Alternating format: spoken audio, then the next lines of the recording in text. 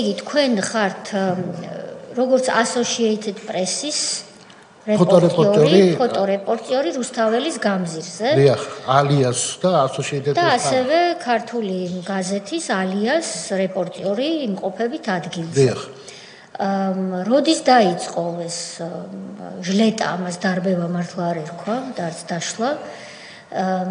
ვისთან ერთად იყავით და როდის მიხვდით, რომ უნდა დაიწყოთ აი იმ კადრების გადაღება. ეს ყველა თქვენ გეკუთვნით ეს ფოტოები თუ ბატონი? გედენიძეს ჩვენი კოლეგების, ვინც დაპატიმრებული ვიყავით, გედენიძეს ფოტოები არის და ჩემი რაღაც ნაწილი. მე ვერ ხედავ ხა ეკრანზე გადის, მაგრამ უამრავი ფოტო იყო ჩვენი. გასაგებია და თქვენ იღებთ ამ ფოტოებს. აი თვითონ რომ მოგვიყვეთ, მიხვედით, როდის მიხვედით, როდის შემოვიდა სპეციალისტი. საღამოს მაშინ ტარდებოდა აქცია, მერიის წარმომადგენელი როგორც მახსოვს რაღაცა საათი რო არ შემეშალოს დრო რო არ ვწდე რაღაც წარმომადგენლის მეიტანა განაცხადი იმის თაობაზე რომ მიტინგი უნდა დაშლილიყო. გაფრთხილება მოხდა მომიტინგეების, როგორც ესეთი და მალევე ამ გაფრთხილების შემდგომ ჩიტაძის ყველა მხრიდან ეს სპეცნაზელები ნიღბებით და ფარებით აღჭურვილობით წამოვიდნენ მომიტინგეებთან. იყო რაღაცა ტროსი რკინის გაბმული კინოთეატრ რუსთაველთან. ჩვენ ვიდექით კინოთეატრი რუსთაველის აი გადაფარებულის ქვეშ რაღაც შესასვლელი სადაც არის. ყველა რეპორტიორი თავსხმაწვიმა იყო. ბევრმა რეპორტიორმა ვინც წავიდა, ანუ დაძვრისთანავე ეს პოლიცია და სპეცრაზმელები რო დაიძრა, გავიდნენ გადასაღებად. უამრავ ოპერატორს და უამრავ ფოტოგრაფს გაუფუჭდა კამერა. იმიტომ რომ წყალი ჩავიდა, შეგინდა ფიზიკურად ვერ იღებდნენ. მათ შორის ვერ გადაიღო როიტერის ფოტოგრაფმა, მათ შორის ვერ გადაიღო ჩვენმა ერთ-ერთმა კოლეგამ, არ დავასახელებ სახელს და მაგ ადამიანის, მაგრამ ის ცოცხალი არ არის და რა ვიცი, ძალიან ისე არის. ხო და წვიმამ გაუფუჭა თუ წვიმამ გააფუჭა კამერა, ფიზიკურად ვერ იღებდა ვერავინ. ჩვენ რაღაცა აი გამოცდილების ამბავიც არის, ალბათ ველოდებოდით ზუსტად იმ მომენტს, როდესაც რაღაცა კადრი იქნებოდა მნიშვნელოვანი. და როდესაც დაიძრა უკვე ეს პირველი შეტაკება მოხდა მომიტინგეებს და სპეცრაზმელებს შორის, მაგდროს გავედით გადასაღებად. დაახლოებით რომელ საათზე მოხდა ეს? მე მგონი 12-ის შემდეგ იყო უკვე, ანუ გადაც ზუსტი დრო არ მახსოვს, იმიტომ რომ არ შემეშალოს, იმიტომ რომ იმ გაფრთხილების შემდგომ უკვე ძალზედ მალე 12-ს გადაცილებული იყო, როგორც მახსოვს და აი რა როგორ გითხრათ ახლა საშინლად ადამიანები საშინლად კინოთეატრ რუსთაველში შევარდა. მე მახსოვს რომ უამრავი ადამიანი გამოიყვანეს იქიდან ნაცემი. შალვა ოგბაიძე იყო, მე მგონი აქ სადღაც ამ ჩიტაძის ქუჩის ნაცემი იყო. გადავიღმეთ და გედენიძემაც გადაიღო, როგორც მახსოვს. ესე გააკეთეს, ხალხ გასვლის საშუალება არ მისცეს. და ძირითადი ნაკადი წაიყვანეს პარლამენტის მიმართულებით, აი შიდა სივრცე სადაც არის დახურული, რომ ვერცად ვერ გაქცეული. თითქმის ყველას თავი ქონდა დახეთქილი. აი ქალი, კაცი, დიდი, პატარა, ბავშვი, მოხუცი, ასაკოვანი, არსებითი მნიშვნელობა არ ქონდა. ყველას თავები ქონდა დახეთქილი ისეთ ცემეს. ხელბორკილები რო დაადეს, მე ეს ადამიანები რუსთაველზე ამ წვიმაში, ამ მდგომარეობაში დაყრილები იყვნენ, ხელბორკილები ითხოვდნენ შველას ყველა და ესენი უარესად ცემდნენ იმ ადამიანებს. მე დაამწყრივეს ეს ადამიანები და რუსთაველზე ჩაატარეს მსვლელობით, წაიყვანეს საპატიმროებში.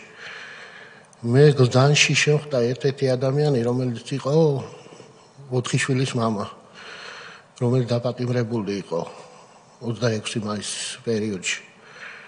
და ის მიყვებოდა, რომ ყოველ დღე მცემდნენ გზანის საპყრობილეში, ჩვეულებრივი რიტუალი იყო, არც არავის არ გაკვირებია ეგეთი ამბავი. უბრალოდ ადრე მიწუხდებოდა გულიო და გამანების თავი მერეო, იმიტომ რომ ძირითადად შემოდიოდნენ სავარჯიშოდ. და ეს ხდებოდა უმეტეს შემთხვევაში პარასკევ დღეს. იმიტომ რომ შაბათ-კვირას თუ გამოვიდოდა რამე სილურჯეები და ამბები ჩასვავდნენ კაცეში და არღვია შიდა განაწესი და სანამ არ მოუშუშდებოდა ადამიანს ეს სიშავე და სილურჯე, არამდე არ აძლევდნენ უფლებას ან ოჯახის წევრის ნახვის, ან ადვოკატს, როგორც ხდებოდა.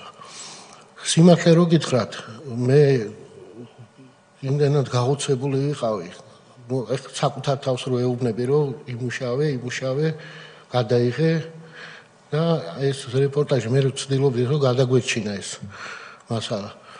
პარლამენტის სახურავიდან ავიხედით ზემოთ, დავინახეთ ადამიანები, ვინც კამერით მუშაობდნენ, ანუ იღებდნენ და აძლევდნენ ალბათ სავარაუდოდ მიმართულებებს ვიღაცა, იმიტომ რომ ჟურნალისტები, ვინც იყვნენ, ყველას დაძებდნენ, აბსოლუტურად ყველას, განურჩევლად, ყველას ძებდნენ თითქმის. აი ჩვენ მე გადამარჩინა, შემიძლია ვთქვა, რომ ეფრემ ლუკაცკის ინგლისურის საუბარმა რა, რომ ისინი რომ მოდიოდნენ ჩვენ საცემად, ის ეუბნებოდა პრეს ინგლისურად და თან ეუბნებოდა რომ Associated Press-ის წარმოადგენენ და ჩერდებოდნენ და ჩვენ დაბედად ეს ოფისი Associated Press-ის იყო ახლოში მარიოთან. ჩვენ რამოდენიმე რკალი იყო გაკეთებული, რომ ვერცეთი ვერ გასულიყო. მომიტინგეებს გულისხმობდა, მათ შორის აი სრულიად შემთხვევით ვიღაცებმა შეძლეს.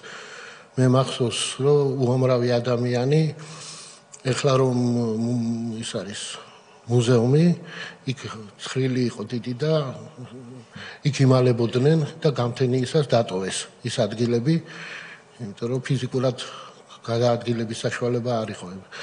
ანუ თუ რამოდენიმე რკალი იყო გაკეთებული, რომ ვერცეთი მომიტინგე ვერ გასულიყო.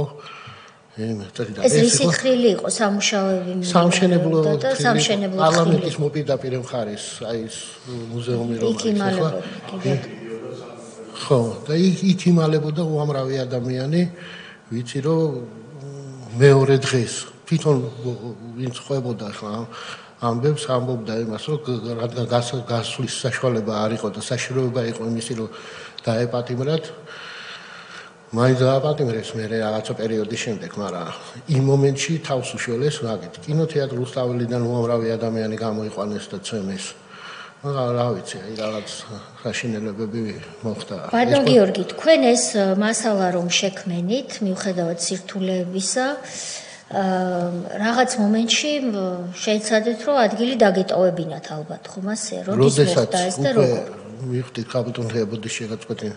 როდესაც მივხვდით, რომ ეს ხალხი უკვე ნელ-ნელა ესე დამწკრივებული ხელში ნაცემი ხელბურკილებით მიყავდათ, აი როგორ გითხრათ, ტყვეებს რო ჩაატარებ ადამიანი, აი ესე მიყავდათ რუსთაველის გამზირზე, გვერდიგვერდ აცილებდნენ ისინი და ცემდნენ. ნიშნულობა არ ქონდა მაგათთვის, აი მოხცი იყო, ახალგაზრდა იყო, ქალბატონი იყო, აი არსებითი ნიშნულობა არ ქონდა. მაგას ყველას ცემდნენ უმოწყალს. რო ჩაატარეს ეს ადამიანები, მე ვფიქრე, რომ უკვე გავრიდებოდით, იმიტომ რომ თვითონ ეფრემაც მითხრა, რომ ვერაფერი ვერ გავაკეთებ, ვერ ვიმუშავე, იმდენად შოკში იყო ჩავარდნილი ამ მდგომარეობით. და ჩავედით ოფისში და ეკედან გადავაგზავნეთ ფოტოები საერთაშორისო მედიაში. მე როგორც მომიყვა ერთ-ერთმა ჟურნალისტმა, როდესაც საპატიმრო დავტოვეთ, ამ ფოტოებმა გამოიწვია დიდი რეზონანსი, რომ აი ესეთ მდგომარეობაში ჩააგდეს, აი პოლიციელები, როდესაც ხელბორტილს ადებენ, ეს ფილმებშიც არის, მე ვალდებულება ეცოლებათ, რომ პირველად დახმარება უნდა აღმოუჩინონ, თუ რამე დაშავება აქვს მიღებული ადამიანს და ესენი რომ უმოწყალოდ ცდებდნენ, ამან გამოიწვია ყველაზე დიდი რეზონანსი და როგორც მე მითხრა ერთ-ერთმა ჟურნალისტმა, ეს საერთაშორისო მედიაში რომ დაიბეჭდა ერთ-ერთ შეხვედრაზე, თუმცა მაშინდელ ეგრეთ წოდებულ აღმაშენებას, როგორც უწოდებენ დღეს ზოგიერთები და ამბობენ, რომ მან დააარსა სახელმწიფო. თუმცა მას აჩვენეს, რომ აი ესეთი ფოტოები გამოქვეყნდა საერთაშორისო მედიაში. მაქსიმალურად ცდილობდნენ, იმიტომ რომ მეორე დღეს ისე ჩაატარეს აღლუმი და ისე დაარიგეს ის ღირსების ორდენები, ერთი სიტყვაც არ უთქვამს იმათთან დაკავშირებით, რომ ხალხი არის დაღუპული, დახოცილი, ნაცემი, ნაწამები.